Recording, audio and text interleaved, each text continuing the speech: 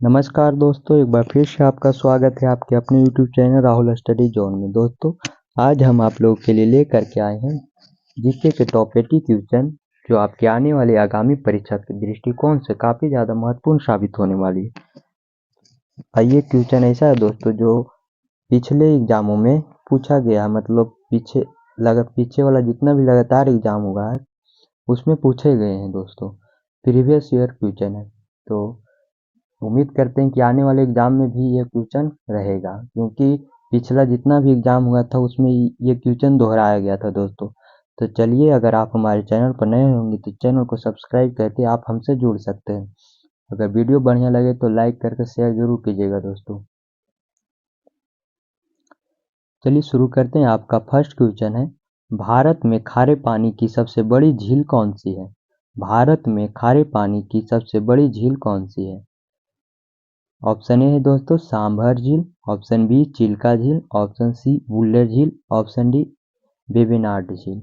इसका right answer हो जाएगा दोस्तों चिल्का झील। खारे पानी की सबसे बड़ी झील कौन होगी? चिल्का झील। बी राइट आंसर हो जाएगा दोस्तों। आपका अगला प्रश्न है, सिमलीपाल टाइगर रिजर्व कहाँ है? सिमलीपाल टाइगर रिजर्व कहाँ है? इसका राइट आंसर हो जाएगा दोस्तों उड़ीसा। बी राइट आंसर हो जाएगा उड़ीसा। आपका अगला प्रश्न है दोस्तों, अरावली पर्वतमाला कहाँ है? अरावली पर्वतमाला कहाँ है? अरावली पर्वतमाला कहाँ स्थित है? इसका राइट आंसर हो जाएगा राजस्थान। ये राइट आंसर हो जाएगा दोस्तों। आपका अगला प्रश्न है, 2011 की जनगणना के अनुसार सर्वाधिक जनसंख्या वाला राज्य कौन है? 2011 की जनगणना के अनुसार सर्वाधिक जनसंख्या वाला राज्य है कौन है दोस्तों? जिस भी क्वेश्चन का आंसर मालूम हो कमेंट बॉक्स में जरूर बताइएगा। इसका राइट आंसर हो जाएगा option number C Uttar Pradesh है दोस्तों। 2011 की जनगणना के अनुसार सर्वाधिक जनसंख्या वाला राज्य कौन है? तो उत्तर प्रदेश है दोस्तों। अगर पूछेगा कि क्षेत्रफल की दृष्टि से सबसे बड़ा राज्य कौन होगा, इसका राइट आंसर हो जाएगा क्षेत्रफल की दृष्टि से राजस्थान। आपका अगला प्रश्न है, आगरा किस नदी के किनारे बसा है? आगरा किस नदी के किनारे बसा है? आगरा किस नदी किनारे बसा है? इसका राइट आंसर हो जाएगा दोस्तों यमुना नदी। ए राइट आंसर हो जाएगा। आपका अगला प्रश्न है, भारत की सबसे बड़ी कृत्रिम झील कौन सी है? भारत की सबसे बड़ी कृत्रिम झील कौन सी है? इसका राइट आंसर हो जाएगा गोविंद वल्लभ पंत सागर झील। गोविंद वल्लभ पंत सागर झील। ये राइट आंसर हो जाएगा दोस्तों। आपका अगला प्रश्न है, विश्व में जनसंख्या के आधार पर भारत का स्थान कौन सा है? विश्व में जनसंख्या के आधार पर भारत का स्थान कौन सा है? इसका राइट आंसर हो जाएगा द्वितीय। बी राइट आंसर हो जाएगा दोस्तों द्वितीय। आपका अगला प्रश्न है दोस्तों, 2011 की जनगणना के आधार पर सबसे कम जनसंख्या घनत्व वाला राज्य कौन सा है? 2011 की जनगणना के आधार पर सबसे कम जनसंख्या घनत्व वाला राज्य कौन सा है? इसका राइट आंसर हो जाएगा दोस्तों अरुणाचल प्रदेश। ये राइट आंसर हो जाएगा अरुणाचल प्रदेश। आपका अगला प्रश्न है, 2011 की जनगणना के अनुसार किस केंद्र शासित प्रदेश की साक्षरता दर सबसे अधिक है? 2011 की जनगणना के अनुसार किस केंद्र शासित प्रदेश की साक्षरता दर सबसे अधिक है? इसका राइट आंसर हो जाएगा लक्षद्वीप। सी राइट आंसर हो जाएगा लक्षद्वीप। आपका अगला प्रश्न है दोस्तों, गंगा की सहायक नदी कौन सी है? गंगा की सहायक नदी कौन सी है? इनमें से गंगा की सहायक नदी कौन सी है? तो इसका राइट आंसर हो जाएगा यमुना। ये राइट आंसर हो जाएगा दोस्तों। आपका अगला प्रश्न है, 2011 की जनगणना के अनुसार केरल की साक्षरता दर कितनी है? 2011 की जनगणना के अनुसार केरल की साक्षरता दर कितनी है? तो इसका राइट आंसर हो जाएगा 94%। ये राइट आंसर हो जाएगा 94%। आपका अगला प्रश्न है, भूगोल का जनक किसे कहा जाता है? भूगोल का जनक किसे कहा जाता है? भूगोल का जनक किसे कहा जाता है? तो इसका राइट आंसर हो जाएगा हिकैटियस को, ये डी राइट आंसर हो जाएगा दोस्तों। भूगोल का जनक किसे कहा जाता है? हिकैटियस को, डी राइट आंसर हो जाएगा। आपका अगला प्रश्न है, सौर प्रणाली की खोज किसने की? सौर प्रणाली की खोज किसने की? इसका राइट आंसर हो जाएगा दोस्तों कॉपरनिकस ने, सी राइट आंसर हो जाएगा। कॉपरनिकस के द्वारा सौर प्रणाली की खोज की गई थी। आपका अगला प्रश्न है, ग्रहों की गति का नियम किसने प्रतिपादन किया? ग्रहों की गति का नियम किसने प्रतिपादन किया? लास्ट तक बने रहेंगे दोस्तों, बहुत ही बढ़िया बढ़िया क्वेश्चन आपके लिए छाट के लाए हैं। ग्रहों की गति का नियम किसने प्रतिपादन किया? तो इसका राइट आंसर हो जाएगा केपलर, बी राइट आंसर हो जाएगा दोस्तों। आपका अगला प्रश्न है, ग्लेशियर आमतौर पर कहाँ पाए जाते हैं? ग्लेशियर आमतौर पर कहाँ पाए जाते हैं? इसका राइट आंसर हो जाएगा दोस्तों पहाड़ों पर, डी राइट आंसर हो जाएगा। ग्लेशियर आमतौर पर पहाड़ों पर पाए जाते हैं, डी राइट आंसर हो जाएगा। आपका अगला प्रश्न है, सूर्य के चारों ओर घूमने वाले ग्रहों की कुल संख्या कितनी है? सूर्य के चारों ओर घूमने वाले ग्रहों की कुल संख्या कितनी है? इसका राइट आंसर हो जाएगा दोस्तों 8, बी राइट आंसर हो जाएगा दोस्तों। सूर्य के चारों ओर घूमने वाले ग्रहों की कुल संख्या कितनी है? तो 8 है। आपका अगला प्रश्न है, निम्नलिखित में से किस ग्रह को पृथ्वी की बहन कहा जाता है? निम्नलिखित में से किस ग्रह को पृथ्वी की बहन कहा जाता है? तो पृथ्वी की बहन शुक्र को कहा जाता है दोस्तों, बी राइट आंसर हो जाएगा। आपका अगला प्रश्न है, जिस भी क्वेश्चन का आंसर मालूम हो कमेंट बॉक्स में जरूर बताइएगा। भारत एशिया के किस भाग में स्थित है? भारत एशिया के किस भाग में स्थित है? इसका राइट आंसर हो जाएगा दोस्तों दक्षिण एशिया, दक्षिण एशिया, बी राइट आंसर हो जाएगा। आपका अगला प्रश्न है, किस ग्रह को शाम का तारा कहा जाता है? किस ग्रह को शाम का तारा कहा जाता है? तो इसका राइट आंसर हो जाएगा शुक्र, बी राइट आंसर हो जाएगा दोस्तों। एक क्वेश्चन का आंसर आपको मेरे तरफ से कमेंट बॉक्स में बताना है, किस ग्रह को भोर का तारा कहा जाता है? यहाँ पर भोर कर लीजिएगा, मतलब ये मेरा क्वेश्चन है अपनी तरफ से, आपको कमेंट बॉक्स में बताना है किस ग्रह को भोर का तारा कहा जाता है। इस क्वेश्चन का आंसर कमेंट बॉक्स में बताइएगा, भोर का तारा किस ग्रह को कहा जाता है। आपका अगला प्रश्न है, चलिए देखते हैं, टाइटन किस ग्रह का उपग्रह है? टाइटन किस ग्रह का उपग्रह है? तो इसका राइट आंसर हो जाएगा शनि, सी राइट आंसर हो जाएगा। आपका अगला प्रश्न है, ऊर्जा मेजर अथवा बिग बियर एक प्रकार का क्या है? ऊर्जा मेजर अथवा बिग बियर, सॉरी दोस्तों बिग हो जाएगा यहाँ पर, बिग बियर एक प्रकार का क्या है? इसका राइट आंसर हो जाएगा नक्षत्र मंडल, बी राइट आंसर हो जाएगा दोस्तों नक्षत्र मंडल। आपका अगला प्रश्न है, गंगोत्री हिमनद किस राज्य में स्थित है? गंगोत्री हिमनद किस राज्य में स्थित है? गंगोत्री हिमनद किस राज्य में स्थित है? तो उत्तराखंड में स्थित है, बी राइट आंसर हो जाएगा दोस्तों। आपका अगला प्रश्न है, प्रतिवर्ष के खाली स्थान प्रतिवर्ष के आसपास पृथ्वी सूरज के सबसे करीब होता है। प्रतिवर्ष के आसपास पृथ्वी सूरज के सबसे करीब होता है, तो प्रतिवर्ष 3 जनवरी के आसपास पृथ्वी सूरज के आसपास होता है। इसका राइट आंसर हो जाएगा सी। आपका अगला प्रश्न है, कौन सा ग्रह सल्फ्यूरिक एसिड के घने सफेद और पीले बादलों से बना है? कौन सा ग्रह सल्फ्यूरिक एसिड के घने सफेद और पीले बादलों से बना है? तो इसका राइट आंसर हो जाएगा शुक्र ग्रह, ये राइट आंसर हो जाएगा दोस्तों।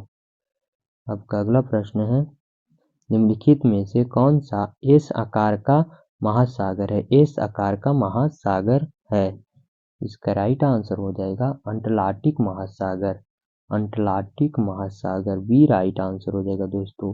अंटार्कटिक महासागर एस आकार का है दोस्तों। आपका अगला प्रश्न है, सूर्य के बाह्यतम परत को कहते हैं? सूर्य के बाह्यतम परत को क्या कहते हैं? तो सूर्य के बाह्यतम परत को कोरोना कहते हैं। सी राइट आंसर हो जाएगा दोस्तों। सूर्य के बाह्यतम परत को क्या कहते हैं? कोरोना कहते हैं। आपका अगला प्रश्न है, आकाश का सबसे चमकदार तारा है। आकाश का सबसे चमकदार तारा कौन सा है? इसका राइट आंसर हो जाएगा सिरियस। डी राइट आंसर हो जाएगा दोस्तों। आपका अगला प्रश्न है, हैली धूमकेतु का आवर्तकाल होता है। हैली धूमकेतु का आवर्तकाल होता है। तो इसका राइट आंसर हो जाएगा दोस्तों 76 वर्ष। बी राइट आंसर हो जाएगा 76 वर्ष। हैली धूमकेतु का 76 वर्ष का आवर्तकाल होता है। आपका अगला प्रश्न है, पृथ्वी का एकमात्र प्राकृतिक उपग्रह की पहचान कीजिए। पृथ्वी के एकमात्र प्राकृतिक उपग्रह की पहचान कीजिए। इसका राइट आंसर हो जाएगा दोस्तों चंद्रमा। बी राइट आंसर हो जाएगा चंद्रमा।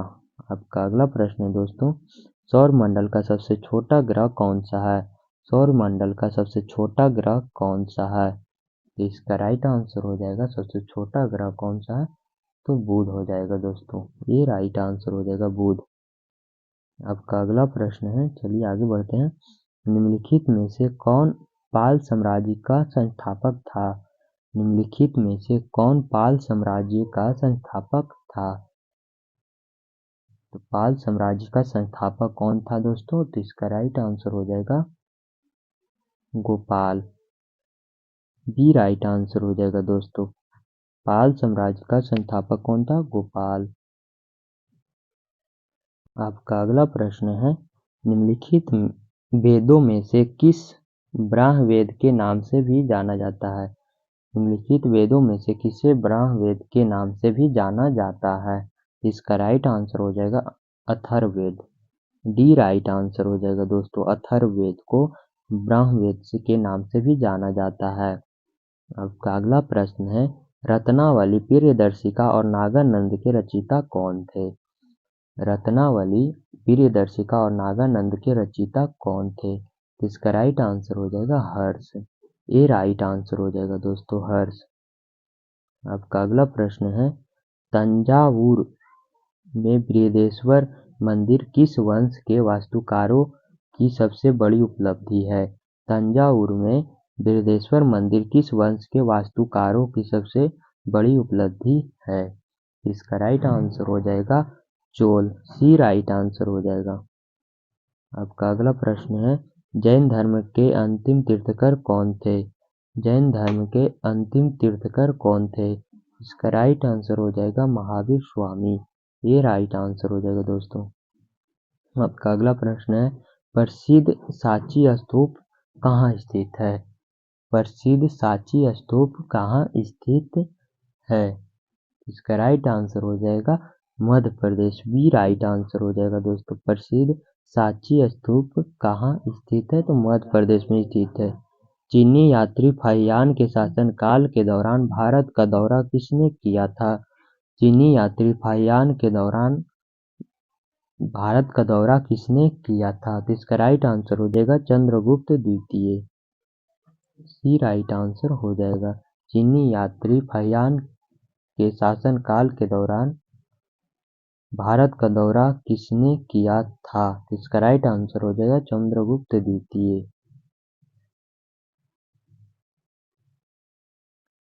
आपका अगला प्रश्न है, जैन मठ संस्थानों को क्या कहा जाता है? जैन मठ संस्थानों को क्या कहा जाता है? इसका राइट आंसर हो जाएगा दोस्तों बसादिस। डी राइट आंसर हो जाएगा दोस्तों। जैन मठ संस्थानों को क्या कहा जाता है? तो बसादिस। आपका अगला प्रश्न है, निम्नलिखित विकल्पों में से गलत जोड़ी का चयन करें। निम्नलिखित विकल्पों में से गलत जोड़ी का चयन करें। गलत जोड़ी का चयन करें। इसका राइट आंसर हो जाएगा ऑप्शन नंबर बी, बिंबिसर्ग गुप्त। बिंबिसर्ग गुप्त। बी राइट आंसर हो जाएगा दोस्तों। इसमें कह रहा है गलत जोड़ी का चयन करने के लिए दोस्तों, गलत जोड़ी का चयन करें। तो चंद्रगुप्त का संबंध मौर्य वंश से, ये सही है। और राजा राजा का संबंध चोल वंश से, ये भी सही है। और कनिष्क का संबंध कुषाण वंश से, लेकिन बिंबिसार का संबंध हर्यक वंश से था दोस्तों। इसका बिंबिसार का संबंध हर्यक वंश से था, हर्यक वंश से था दोस्तों। इसलिए गलत जोड़ी बी राइट आंसर हो जाएगा दोस्तों। गलत कौन हो जाएगा? B right answer, Bimbisara. आपका अगला प्रश्न है, भारत में वैदिक काल की अवधि कब तक चली? भारत में वैदिक काल की अवधि कब तक चली? इसका राइट आंसर हो जाएगा 1500 से 600 ईसा पूर्व तक। ये राइट आंसर हो जाएगा दोस्तों, 1500 से 600 ईसा पूर्व तक। आपका अगला प्रश्न है, आर्य संस्कृति के सर्वोच्च काल में गंगा घाटी के जनपद जो संख्या में थे महाजनपद बन गए थे।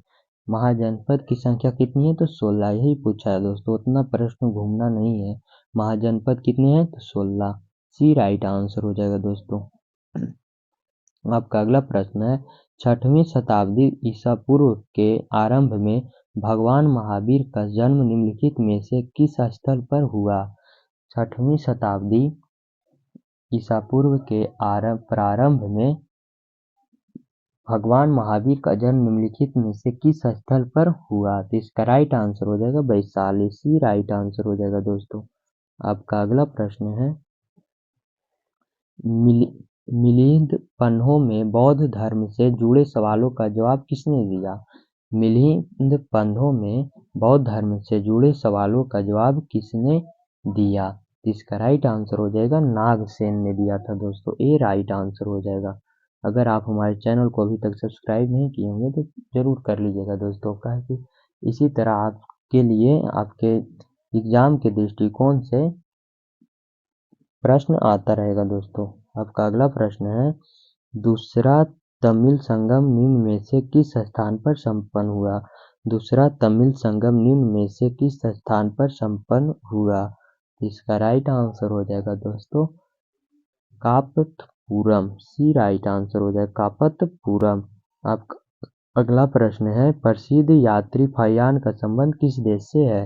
प्रसिद्ध यात्री फाहियान का संबंध किस देश से है? तो इसका राइट आंसर हो जाएगा चीन से। डी राइट आंसर हो जाएगा दोस्तों।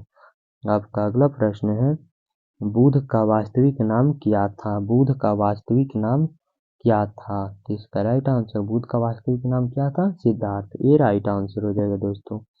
आपका अगला प्रश्न है, जैन अवेस्ता किस धर्म से संबंधित पवित्र ग्रंथ है? जैन अवेस्ता किस धर्म से संबंधित पवित्र ग्रंथ है?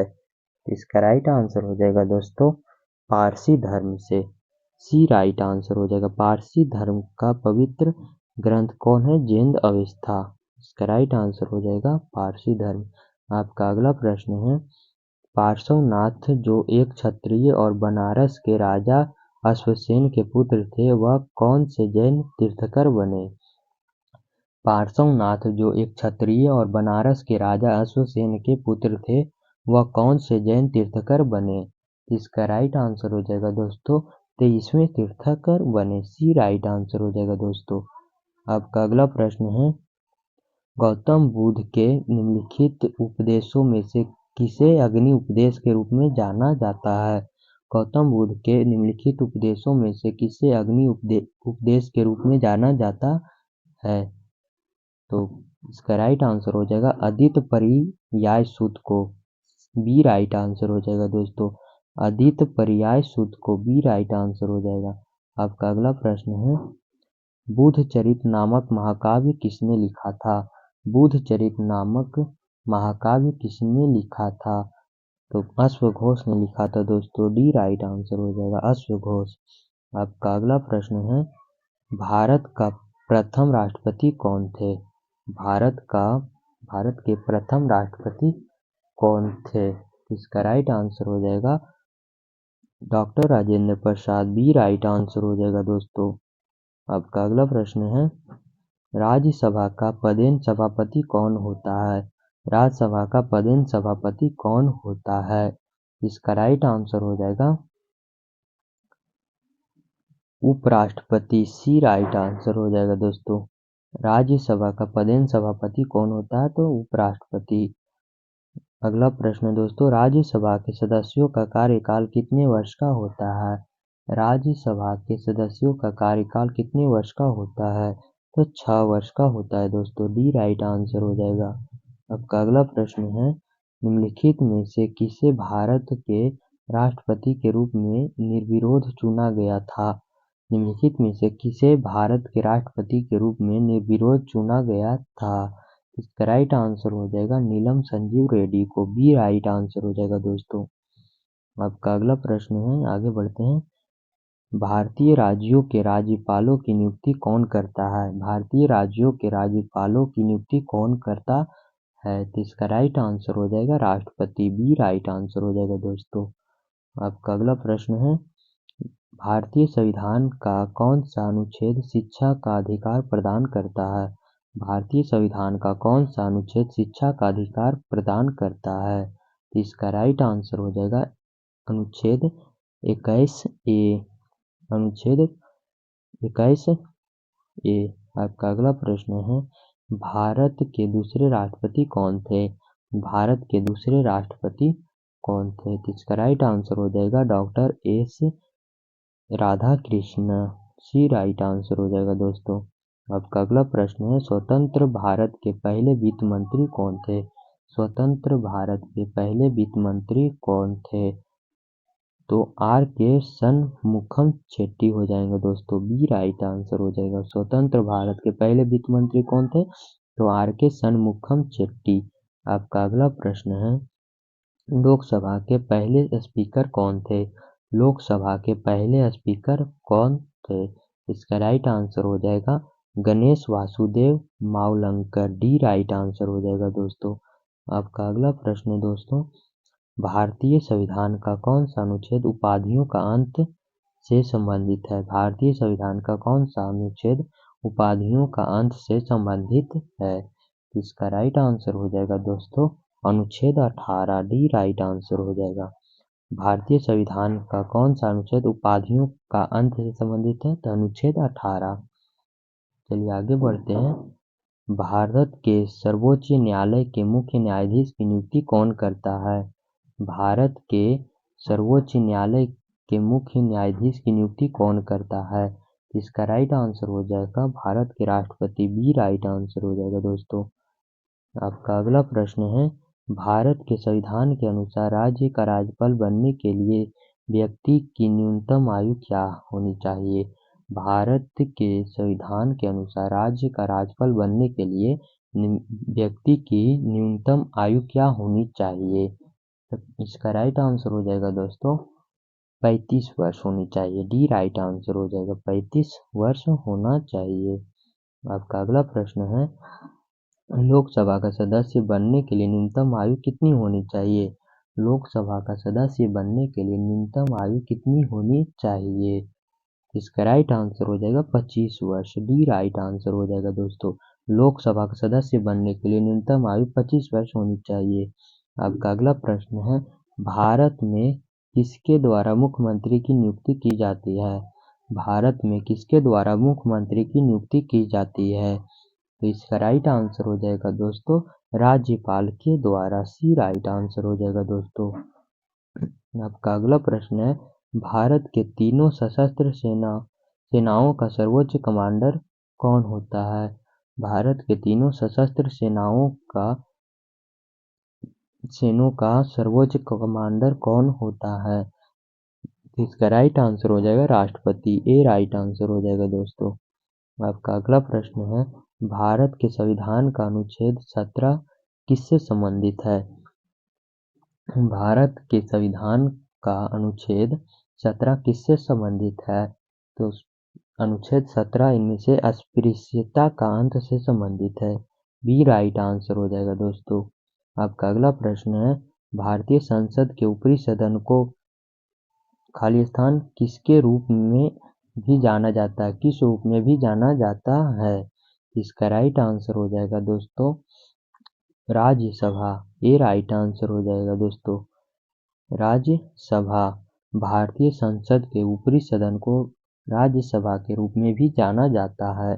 आपका अगला प्रश्न है, राज्यसभा के लिए राष्ट्रपति द्वारा कितने सदस्य नामित किए जाते हैं? राज्यसभा के लिए राष्ट्रपति द्वारा कितने सदस्य नामित किए जाते हैं? तो इसका राइट आंसर हो जाएगा दोस्तों 12 भी राइट आंसर हो जाएगा। आपका अगला प्रश्न है, भारत के पहले रक्षा मंत्री कौन थे? भारत के पहले रक्षा मंत्री कौन थे? बलदेव सिंह, ये राइट आंसर हो जाएगा दोस्तों, बलदेव सिंह। आपका अगला प्रश्न है, भारतीय संविधान के किस अनुच्छेद के तहत मौलिक कर्तव्यों को परिभाषित किया गया है? भारतीय संविधान के किस अनुच्छेद के तहत मौलिक कर्तव्यों को परिभाषित किया गया है? तो एक अनुच्छेद 51 खंड 1 के तहत, सी राइट आंसर हो जाएगा दोस्तों। आपका अगला प्रश्न है, भारतीय संविधान सभा की स्थापना कब हुई? भारतीय संविधान सभा की स्थापना कब हुई? इसका राइट आंसर हो जाएगा दोस्तों 9 दिसंबर 1946 को, बी राइट आंसर हो जाएगा दोस्तों। आपका अगला प्रश्न है, संविधान सभा के उद्घाटन अधिवेशन की अध्यक्षता किसने की थी? संविधान सभा के उद्घाटन अधिवेशन की अध्यक्षता किसने की थी? इसका राइट आंसर हो जाएगा दोस्तों सचिदानंद सिन्हा के द्वारा किया गया था, बी राइट आंसर हो जाएगा दोस्तों। आपका अगला प्रश्न है, संविधान सभा के अस्थायी अध्यक्ष कौन थे? संविधान सभा के अस्थायी अध्यक्ष कौन थे? इसका राइट आंसर हो जाएगा सचिदानंद सिन्हा, सी राइट आंसर हो जाएगा दोस्तों। आपका अगला प्रश्न है, संविधान सभा के अस्थायी अध्यक्ष कौन थे? संविधान सभा के अस्थायी अध्यक्ष कौन थे? इस क्वेश्चन का आंसर आपको कमेंट बॉक्स में देना है दोस्तों, कमेंट बॉक्स में बताना है संविधान सभा के अस्थायी अध्यक्ष कौन थे? अस्थायी अध्यक्ष सचिदानंद सिन्हा, अस्थायी अध्यक्ष कौन थे? इस क्वेश्चन का आंसर आपको कमेंट बॉक्स में देना है। नेक्स्ट क्वेश्चन है, संविधान सभा के संवैधानिक सलाहकार कौन थे? संविधान सभा के संवैधानिक सलाहकार कौन थे? इसका राइट आंसर हो जाएगा दोस्तों Benegal Narasimha Rao, D right answer हो जाएगा बिनेगल नरसिंह राव। आपका अगला प्रश्न है, नीति आयोग का अध्यक्ष कौन होता है? नीति आयोग का अध्यक्ष कौन होता है? इसका राइट आंसर हो जाएगा दोस्तों प्रधानमंत्री, ए राइट आंसर हो जाएगा। आपका अगला प्रश्न है, भारतीय संविधान सभा की प्रारूप मसौदा समिति के अध्यक्ष कौन थे? भारतीय संविधान सभा की प्रारूप मसौदा समिति के अध्यक्ष कौन थे? तो इसका राइट आंसर हो जाएगा डॉक्टर बी.आर. अम्बेडकर, सी राइट आंसर हो जाएगा दोस्तों, सी राइट आंसर हो जाएगा। आपका अगला प्रश्न है, किसी राज्य के विधानसभा के सदस्यों की न्यूनतम संख्या कितनी हो सकती है? किसी राज्य के विधानसभा के सदस्यों की न्यूनतम संख्या कितनी हो सकती है? इसका राइट आंसर हो जाएगा 60, सी राइट आंसर हो जाएगा दोस्तों, 60 होनी चाहिए। आपका अगला प्रश्न है, न्यूनतम 60 होनी चाहिए। भारत के उच्चतम न्यायालय के प्रथम महिला न्यायाधीश कौन थी? भारत के उच्चतम न्यायालय के प्रथम महिला न्यायाधीश कौन थी? इसका राइट आंसर हो जाएगा दोस्तों एम फतीमा बीबी, बी राइट आंसर हो जाएगा दोस्तों। आपका लास्ट क्वेश्चन है, ईवीएम पूर्ण रूप क्या है? ईवीएम का पूर्ण रूप क्या है? इस क्वेश्चन का आंसर आपको कमेंट बॉक्स में देना है। ईवीएम मतलब वो होता है दोस्तों जिसमें से वोट डाला जाता है, मत अपना जो देते हैं आप लोग जा करके लोकसभा विधानसभा, ये सब जो इलेक्शन होता है मुखिया सरपंच में, इस सब में भी ईवीएम आता है दोस्तों। ईवीएम का पूर्ण रूप आपको बताना है कमेंट बॉक्स में। ये रहा था आज का आपका 80 क्वेश्चन दोस्तों, जो आज पूर्ण हो गया। तो अगर आपको बढ़िया लगा होगा वीडियो या क्वेश्चन बढ़िया लगा होगा तो सब्सक्राइब जरूर कीजिएगा, अपने दोस्तों के पास शेयर जरूर कीजिएगा दोस्तों, और लाइक जरूर कीजिएगा दोस्तों। चलिए मिलते हैं किसी नेक्स्ट वीडियो में, तब तक के लिए धन्यवाद।